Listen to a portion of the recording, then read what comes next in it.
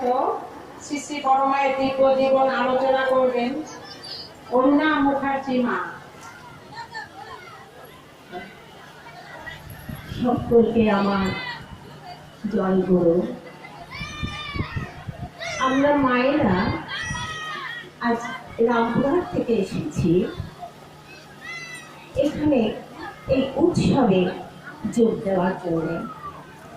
আমরা এই উৎসবে এসে সত্যি সত্যি খুব আনন্দ পাচ্ছি, কারণ এই উৎসবে এসে এখানকার মানুষদের, এখানকার দাদা ও মায়েদের দেখে খুব ভালো লাগছে, যারা এনারা সকলে পরমপিতাকে নিয়ে ব্যস্ত আছেন, পরমপিতাকে নিয়ে তারা হাসি মুখে সবসময় স্বতঃস্ফূর্তভাবে চলছেন।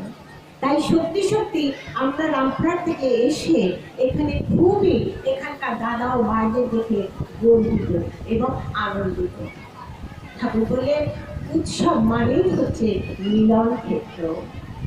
এই উৎসবে এসেছি, এই উৎসবে এসে প্রত্যেকটা মানুষের সঙ্গে মানুষের দেখা, এগুলি তো সব থেকে বড় পাওয়া, তাই না?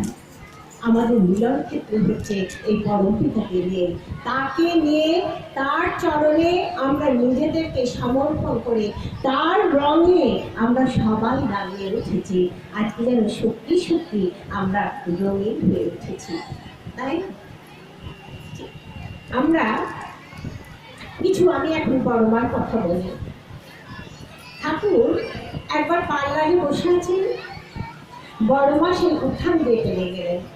ঠাকুর বললেন, বড় মাকে দেখার সঙ্গে সঙ্গে ঠাকুর হাসতে হাসতে বললেন, বড় বউ যেন পাহাড়ি সুন্দরী। এই কথার মানে হয়তো ঠাকুরই বুঝেছিলেন, আর হয়তো কেউ বুঝেছিলেন কিনা জানি না।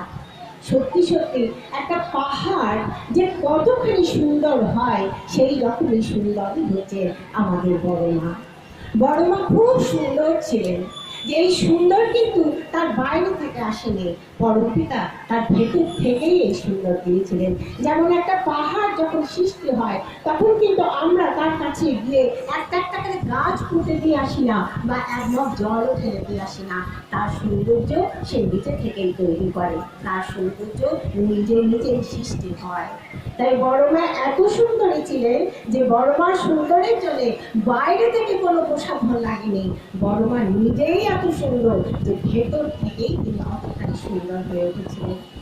অবশ্য বড় মার কাছে গেলে মনে হতো বড় মা একটু কঠোর, কিন্তু সত্যি সত্যি যদি কেউ কাছে গেছে তা দেখা গেছে বড় মা কঠোর নয়, ভেতরটা শুধু ভালোবাসায় ভরা, চরম ভালোবাসা। যে তার কাছে গেছে তাকে সেই বুঝতে পারে তার কতখানি ভালোবাসা ছিল। দেখুন, এই ভালোবাসা নিয়ে কথা বলতে গিয়ে কিছু কথা আজ ভালোবাসা নিয়ে বলি। আজকে যারা আমরা উৎসবে এসেছি তাদের কিন্তু সকলের উদ্দেশ্য এক। আমরা যে মানুষরা এসেছি সকলের উদ্দেশ্য এক। কি উদ্দেশ্য? না পরমপিতাকে পাওয়া এবং তার কাছে যাওয়া। কিন্তু আমাদের ভালোবাসাটা সকলের আলাদা। আমরা আমাদের পরমপিতাকে কি করে ভালোবাসবো সেটা কিন্তু সম্পূর্ণ আমার নিজে। আমি কি করে তার কাছে যাব, কি করে তাকে ভালোবাসবো, কি করে নিয়ে চলবো, এটা কিন্তু সম্পূর্ণ আমার। এই ভালোবাসা কিন্তু কেউ কাউয়ের ভেতরে জড়িয়ে দিতে পারে না। পরমপিতাই ভালোবাসা দিয়েই আমাদের পাঠিয়েছেন। তিনি বললেন, আমি তোদের ভালোবাসা দিয়েই পাঠিয়েছি, তোরা যতই শেষ কর তবুও ভুলবে না, কারণ আমি তো তোদের ভালোবাসা দিয়েই পাঠিয়েছি। তাহলে দেখুন ভালোবাসাটা কেমন জিনিস। কেমন না, একটা বাগানে খুব সুন্দর একটা জবা ফুল ফুটেছে এবং সেখানে সেই বাগানটার মধ্যে তিনটে মানুষ প্রবেশ করলো এবং তিনটে মানুষই সেই জবা ফুলটিকে দেখলো।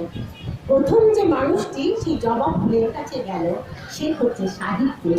সেই জবা ফুলটাকে খুব দেখলো, নাড়লো, চাড়লো, খুব ভালোবাসলো, খুবই ভালো লাগলো। তারপর সে ভালোবেসে বলল যে the queen of the garden, তুমি হচ্ছে এই বাগানের রানী। এবং দ্বিতীয় যে ব্যক্তিটা গেলেন তিনি হচ্ছেন সাধক।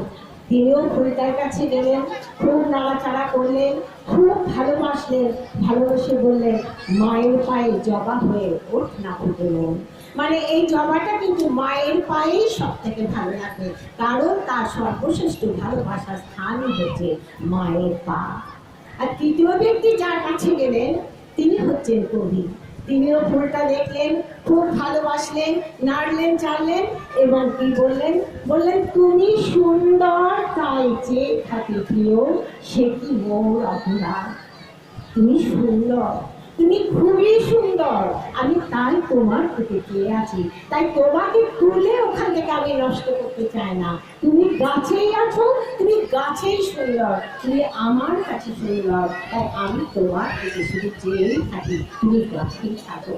তাহলে দেখুন উদ্দেশ্য সকলেরই এক ছিল, কিন্তু ভালোবাসাটা সকলেরই আলাদা, তাই না? ঠাকুর দেখুন, ঠাকুর ভালোবাসা কথাটি অনেক বলেছেন। ঠাকুর একবার বলেছিলেন যে তোরা কখনো প্রেম করেছিস? প্রেম করলে জানবি যে ভালোবাসা কাকে বলে। সত্যি সত্যি দেখুন, একটা ছেলে আর একটা মেয়ে যখন পরস্পরকে ভালোবাসে, তখন পৃথিবীর আর কিছু দেখতে পায় না। তখন তারা শুধু ওই পরস্পরকে দেখে, আগেও কিছু দেখে না, পেছনেও কিছু দেখে না, তারা শুধু তাদেরকেই দেখতে থাকে। তাদের জগৎটা মনে হয় যেন সেইখানেই ঘুর করছে। তখন মনে হয় তার কথা শোনার জন্য মন যেন তরছিট করে, তাকে একবার দেখার জন্য চোখ অস্থির হয়ে যায়, তার কথা শোনার জন্য কান যেন সবসময় তটস্থ হয়ে থাকে। আর এই মন তো সব সময় তার সঙ্গে মিলন হওয়ার জন্য সব পথ করতে থাকে।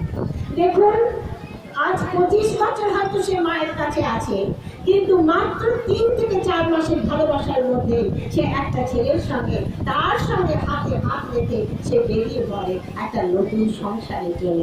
সব পেছনে ফেলে দেয়, সমস্ত কিছু পেছনে ফেলে দেয়, মা বাবার অতদিনের ভালোবাসা সব কিছু পেছনে পড়ে থাকে, শুধু তাকে ভালোবেসে তার সঙ্গে একটা নতুন ঘর বাঁধতে বলে সে কিন্তু বেরিয়ে পড়ে আশায়। হ্যাঁ, সবসময় হয়তো সেই সিদ্ধান্তটা ঠিক হয় না, কোনো সময় সিদ্ধান্ত ঠিক হয়, আবার কোনো সময় সিদ্ধান্ত ভুল হয়ে যায়। যখন ভুল হয় না, তখন যার জন্য সংসার ছেড়েছিলেন, যার জন্য এক কাপড়ে হাত ধরে চলে গেছিলেন নতুন সংসার দেখার জন্য, কিন্তু কিছুদিন পর দেখা গেল আর তাদের পরিমাণা হচ্ছে না, তখন ওই হাতকে ছাড়ার জন্য কোথায় যাচ্ছে? আদালতে যাচ্ছে, যে আমার আর এই হাতের কাজ নেই, আমরা যেন ছাড়াছাড়ি হয়ে যাই। তাহলে দেখুন, ভালোবেসে ঘর ছাড়ছে, কিন্তু ভালো না, আবার সেই ভালোবাসাটা কোথায় গিয়ে দাঁড়াচ্ছে? যে তারা আবার ঘরে ফিরে আসছে। ঠাকুর অনেক সময় বিল্বমঙ্গলের কথা বলেছেন। বিল্বমঙ্গলের কথা ঠাকুর কথায় কথায় বিল্বমঙ্গলের কথা বলতেন। বিল্বমঙ্গল ঠাকুর বারবার বলতেন যে বিল্বমঙ্গলের মতো ভালোবাসা আমি কোনো মানুষকে আজও পর্যন্ত দেখিনি। বিল্বমঙ্গলের এতখানি ভালোবাসা। বিল্বমঙ্গল একজন খারাপ মেয়েকে ভালোবাসতেন, তার নাম হচ্ছে চিন্তামণি। বিল্বমঙ্গল চিন্তামণিকে এত ভালোবাসতেন যে তার ধ্যান জ্ঞান সব কিছু চিন্তামণি ছিল। সে চিন্তামণি ছাড়া পৃথিবীতে আর কিছু দেখতে পেত না, শুধু চিন্তামণি আর চিন্তামণি। তাই একবার তার মন ব্যাকুল হয়ে উঠেছে চিন্তামণিকে জন্য দেখার জন্যে। তখন সে চিন্তামণির ঘরেতে গেছে, গিয়ে দেখে সব জায়গায় বন্ধ। বাইরে পাঁচিলে এসে দেখে যে একটা দড়ি ঝুলছে, সে ওই দড়িটা বলে চিন্তামণির ঘরে প্রবেশ করে। যখন ওঠে তখন উঠে দেখে সেটা দড়ি নয়, সেটা একটা অজগর সাপ। তার ভালোবাসার এত টান, সে অজগর সাপকে দড়ি মনে করে উপরে দিয়ে গেছে। এরকম আর একদিনের ঘটনা, আর একদিন ওরকম চিন্তামণির জন্য খুব মন উতলা হয়ে উঠেছে। তখন সে নদীর কাছে এসে দেখছে নদীতে ভীষণ তুফান, এত তুফান যে সেখানে নৌকা চলার আর কোনো ঠিকানাই নেই, নৌকা সেখানে চলতে পারবে না। কিন্তু তার যে আকুলতা, তার যে ব্যাকুলতা, তাকে যে চিন্তামণির কাছে যেতেই হবে, তাই সে দূরে দেখছে একটা কাঠ ভেসে আসছে। সে তখন ছুটে গিয়ে ওই কাঠটাকে ধরে চিন্তামণির কাছে গেছে। যখন চিন্তামণির কাছে দাঁড়িয়েছে, তখন ওর গায়ে এত গন্ধ হচ্ছে যে চিন্তামণি জিজ্ঞেস করছে, বিল্বমঙ্গল তুমি কিসে করে এসেছো? তখন বললো, কেন, আমি একটা কাঠে এসেছি। কাঠকে ধরে বলি, তুমি ওটা দেখাতে পারবে? বলে, হ্যাঁ দেখাতে পারবো, নদীর ধারে পড়ে আছে, চলুন। যখন চিন্তামণিকে নিয়ে এলো তখন দেখছি সেটা কাঠ নয়, সেটা একটা পচা গলা মরা মরার দেহ। সে সেটাকেই ধরে নিয়ে চলে এসেছে। কিসের টানে? না ভালোবাসার টানে। তাই সত্যি সত্যি আমরা যদি এরকম ভালোবাসতে পারতাম। তখন চিন্তামণি ওই বিল্বমঙ্গলকে দেখে অবাক হয়ে গেছে। তখন চিন্তামণি একটা কথাই বলেছিল বিল্বমঙ্গল, তুমি যা আমাকে এই জীবনে ভালোবাসলে, এতটুকু যদি তুমি পরম পিতাকে ভালোবাসতে, তাহলে ঈশ্বর তোমার সম্মুখে উপস্থিত হতো। বিল্বমঙ্গলের কিন্তু এই কথাতেই মাথা ঘুরে গেছিল। বিল্বমঙ্গল ভাবলো যে এই ভালোবাসা যদি আমি ঈশ্বরকে পাই, তাহলে আমি তো ঈশ্বরকে ভালোবাসতেই পারি। তাই বিল্বমঙ্গল সঙ্গে সঙ্গে সেখান থেকে বেরিয়ে গিয়েছিল, পেছন ফিরে আর তাকিয়ে দেখেনি। সত্যি সত্যি বিল্বমঙ্গল ঈশ্বরের সাধনা করে ঈশ্বরকে পেয়েছিলেন, ঈশ্বর তার সম্মুখে উপস্থিত হয়েছিলেন।